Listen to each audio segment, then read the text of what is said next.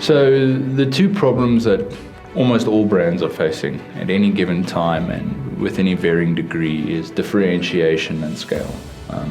And the two kind of act as almost like two sides of a seesaw. When you're doing well on your differentiation, scaling might be challenging, and when you're scaling really well, differentiation might be a challenge.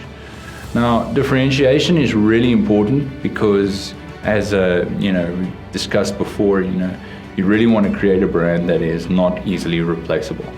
So when you're as a brand, you're in this mode of really differentiating, you're focusing on innovation. And the tricky thing with innovation is it comes at the cost of failure. You have to be prepared to fail if you truly want to innovate. So to differentiate yourself as a brand, you've really got to focus on your research and development of your products. You've really got to be spending time testing. You've got to be sitting there trying to put yourself in the shoes of your customer, taking your customer persona and really trying to be in that individual's point of view and really think of things from their point of view. And then you've got to be willing to invest the money, time, effort, resources into making the changes that are needed to make it really important. I mean, if you take any brand, they're always trying to make themselves more valuable to you. So how do you make yourself more valuable to your customer? You make it as easy as possible to do business with you. At times you make it as nice as possible to do business with you. You always want to be looking to exceed expectations wherever possible. Then scaling comes with its own challenge in terms of retaining that differentiation.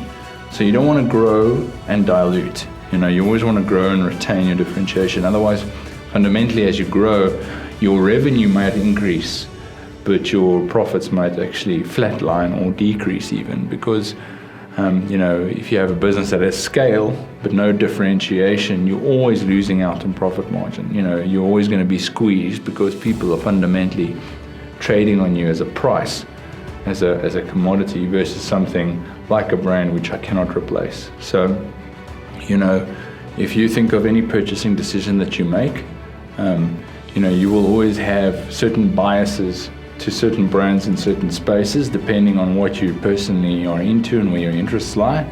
And it's those brands that have your preference that are winning you in terms of those price and preference.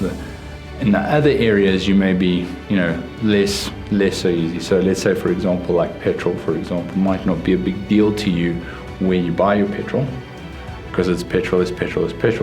But as soon as a loyalty program comes along and they add a point system which rewards you for filling up at a specific garage or fueling station brand, they're fundamentally buying your loyalty through a point of differentiation, which is that loyalty program.